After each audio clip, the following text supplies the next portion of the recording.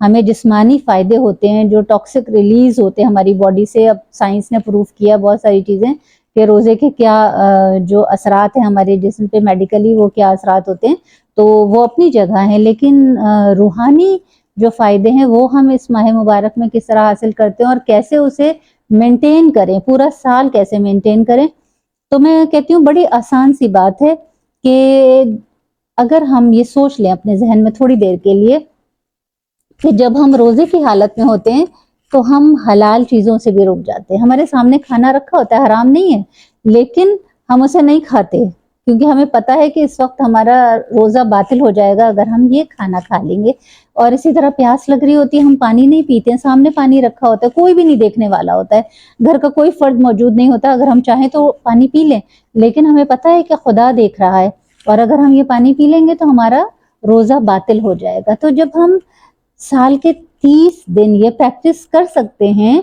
کہ ہم اپنے آپ کو حلال چیزوں سے روک سکتے ہیں، تو پھر یہ کیسے ممکن ہے کہ پھر پورا سال جو 11 مہینے ہیں اس میں ہم اپنے آپ کو، اپنے نفس کو حرام سے نہیں روک سکتے. جب حلال سے رکنا ہمارے بس میں ہے تو پھر حرام سے رکنا ہمارے بس میں کیوں نہیں ہے؟ اگر ہم اس وقت یہ سوچیں کہ خدا دیکھ رہا ہے، کوئی بھی نہ دیکھ رہا ہو، لیکن ہمیں یہ پتا ہو کہ ہاں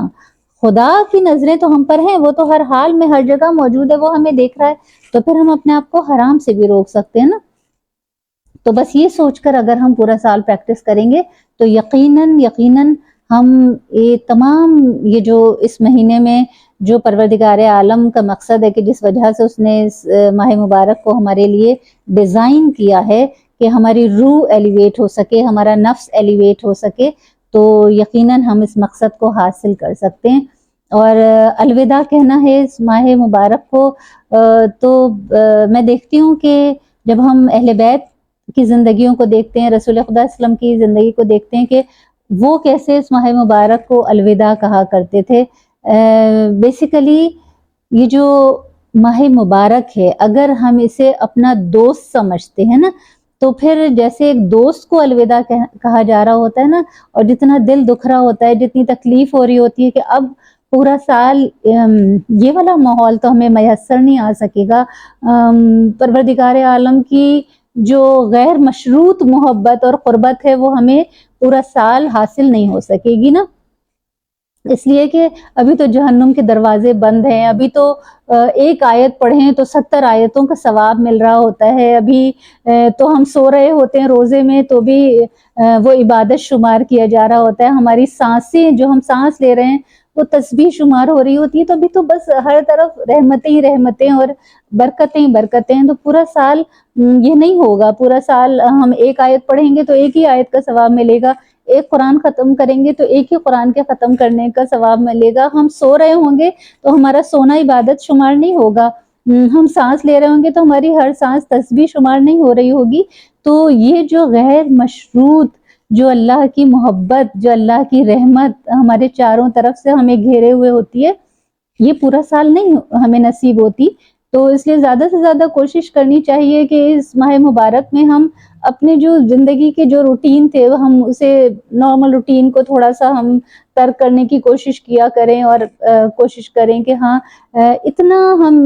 اس ماہ میں اللہ کی قربتوں کو سمیٹ لیں کہ وہ پورا سال ہمارے وجود کو معطر رکھیں، ہمارے وجود میں وہ پاکیزگی ہمیں محسوس ہوتی رہے. تو بس امام زین العابدین علیہ السلام کا میں دیکھتی ہوں کہ جب پڑھتی ہوں کہ مولا جب اس ماہ مبارک کو جب رخصت کر رہے ہوتے تھے، الوداع کہہ رہے ہوتے تھے، تو بالکل دوست کی طرح، ایک دوست جب گھر سے جا رہا ہوتا ہے تو جس طرح اس کو الوداع کہتے ہیں. بلکہ کبھی کبھی آپ دیکھیں کہ جو ہمارا کوئی دوست بھی نہیں ہوتا نا، لیکن اگر ہمارے مزاج کا کوئی، ہمیں اپنے مزاج کا کوئی ہمیں سفر کے دوران بھی کوئی مل جاتا ہے تو ہم کیا کرتے ہیں، ہم ٹریول کر رہے ہوتے ہیں، راستے میں کوئی مل جاتا ہے، ہم اس سے نمبر ایکسچینج کر لیتے ہیں نا، کہ ہمارا دل چاہتا ہے کہ ہمارا اس سے تعلق رہے، ہمارا اسے زندگی میں کہیں نہ کہیں کبھی نہ کبھی ہماری ملاقات ہو، یعنی ایک دل میں اس کے لیے محبت محسوس ہوتی ہے. تو یہ جو دوست جو ہمارے لیے اتنی ساری اپنے دامن میں تحفے، تحائف، رحمتیں، برکتیں لے کر آیا ہوتا ہے، تو کیسے ہو سکتا ہے کہ جب یہ دوست ہم سے جدا ہو رہا ہو تو ہمیں تکلیف نہ ہو رہی ہو، ہمیں دکھ نہ ہو رہا ہو. تو یقیناً جب اس ماہ کو جب ہم الوداع کہیں، رخصت کریں، تو جو ہمیں طریقہ بتایا گیا، رسول خدا صلی اللہ علیہ وسلم نے بھی بتایا کہ جو عظیم صحابی ہیں حضرت جابر بن عبداللہ انصاری، انہوں نے بھی